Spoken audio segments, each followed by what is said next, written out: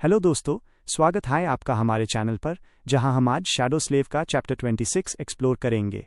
सनी और नेफिस की पावर्स के बीच की ये जंग अब और भी इंटरेस्टिंग होती जा रही है। अगर आपको ऐसी स्टोरीज पसंद हैं तो शुरू करने से पहले वीडियो को लाइक ज़रूर कर दें। सनी को पूरा यकीन था कि उसका शैडो सिर्फ एक साइलेंट फॉलोअर नहीं है। स्पेल ने यूज़ एक इनवैल्यूएबल हेल्पर बताया था और अब ये सनी पर था कि वो शैडो कंट्रोल की असली पावर्स को अनलॉक कर। हर एस्पेक्ट की तरह इसकी समझ भी उसके सबकॉन्शियस में कहीं गहरी दबी हुई थी। शायद स्पेल ने दी थी या फिर ये हर अवेकेंड का एक इनेट इंस्टिंक्ट था। सनी को बस अस नॉलेज को महसूस करके प्रैक्टिस में लाना था। उसने एक बार फिर अपने बॉडी और स्पिरिट पर फोकस किया और शैडो को कुछ सिंपल कमांड्स दिए। हर मूवमेंट के साथ वो इस कंट्रोल से और ज़्यादा फेमिलियर होता गया। जल्द ही ये उसके लिए सांस लीन जितना नेचुरल हो गया। शैडो भी उसके जिस्म का ही एक हिस्सा लग रही थी। सैटिस्फाइड होकर सनी ने एक नया कमांड दिया।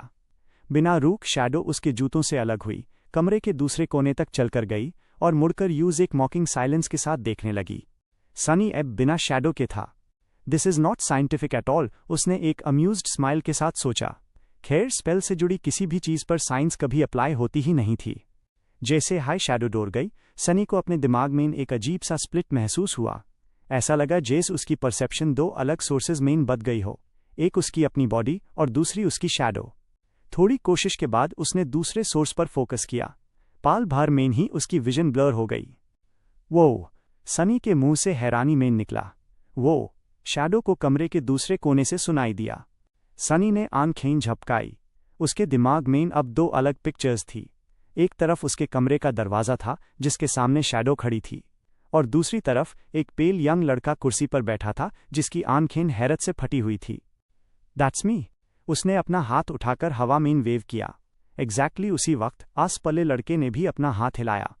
क्या मैं अपनी शैडो के जरिए दुनिया देख सकता हूँ? वो कुछ देर बैठ कर सोचता रहा। इस एबिलिटी ने नए रास्ते खोल दिए थे। उसका child of shadows attribute use अंधेर में स्टेल्थली मूव करने देता था और शैडो कंट्रोल से वो अपनी शैडो को एक स्काउट की तरह भेज सकता था। He was basically a perfect spy, एक ऐसा स्पाई जो बिना किसी रिस्क के इन्फॉर्मेशन निकल सके। ये रोल सनी के टेस्ट को काफ़ी सूट करता था, लेकिन डायरेक्ट कॉन्फ्रंटेशन का मतलब था खतरा मोल लेना, और सनी असैसिन बनने का बिल्कुल शौक नहीं रखता था। उसका एस्पेक्ट अभी तक कॉम्बैट में उतना स्ट्रांग नहीं था। Shall we test it? उसने शैडो को कमांड दिया। एक लंबी साई के साथ शैडो झुकी और निम्बली दरवाजे के नीचे से निकल गई। इंस्टेंटली सनी को कमरा और बाहर का हॉलवे दोनों दिखने लाजे।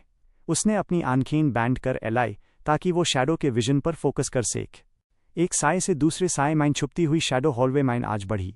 टाइमिंग और स्टेल्थ के साथ उसका स्काउट बिल्कुल इनविजिबल था। सनी कुछ स्लीपर्स के पास से गुजरा और उनकी बातें सुनी। कुछ खास न मिलने पर वो आज बाद गया। फाइनली शैडो एक कॉर्नर पर रुकी। लेफ्ट में एलिवेटर्स दी और राइट में गर्ल्स डॉर्मेट्री का रास्ता। सनी के दिमाग में तुरंत तरह तरह के प्रोवोकेटिव इमेजेस आने लगे। ओ माय, उसने ब्लश करते हुए सोचा। इस एबिलिटी के साथ डिप्राविटी की राह पर गिरना बहुत आसान था, लेकिन नहीं, वो ऐसा नहीं कर सकता था। इसलिए नहीं कि उसके मॉरल्स बहुत हाई द, बल्कि इसलिए क्योंकि उसकी परवर्ट रेपुटेशन की वजह से लोग यूएस पर शक कर सकते थे, और वो चाहता था कि जब कोई पूछे तो वो पूरी ईमानदारी से नो कह सके। सो आई प्रोबेबली शुडंट, राइट? ठीक है, ऑफ कोर्स यूर राइट। सोचना भी मत।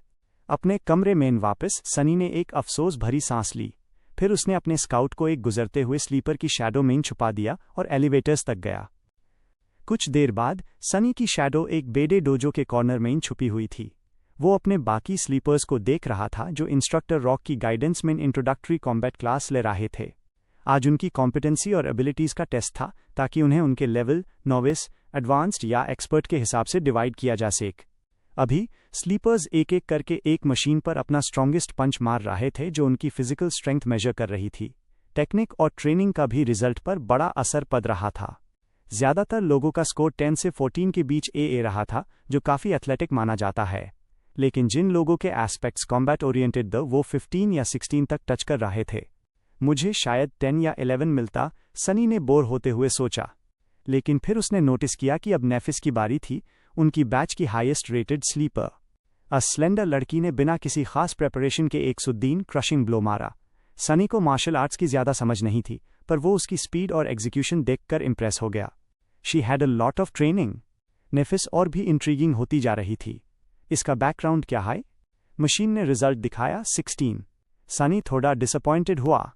Not that impressive. मुझे लगा था ज्यादा होगा। आखिर उसके पास एक ट्रू नेम जो था। उसके बाद कास्टर की बारी आई। इस बार सनी उसकी फिस्ट देख भी नहीं पाया, it was too fast. Machine थोड़ी देर तक कैलकुलेट करती रही और फिर डिस्प्ले चमका 21। सब ढंग रह गए। कास्टर ने बस एक बो किया और पीछे हट गया। इंस्ट्रक्टर रॉक मुस्कुराए। Not bad. अ फ्लैट, हम स्पारिंग शुरू करेंगे। मुझे 2 वॉलंटियर्स चाहिए। नेफिस सबसे पहले आज आई। उसके सामने एक टॉल और मस्कुलर स्लीपर खड़ा हुआ। रूल्स सिंपल हैं। अपने ओपोनेंट की पीठ फ्लोर से टच कराओ या रिंग से बाहर फेंको। Use whatever techniques you want. Oh, show शुरू हो रहा है। सनी ने मेज लीट हुए अपने हाथ थोड़ी पर रखे। गो नीफिस। अस मस्कुलर लड़के ने बिना वक्त गंवाए अटैक किया।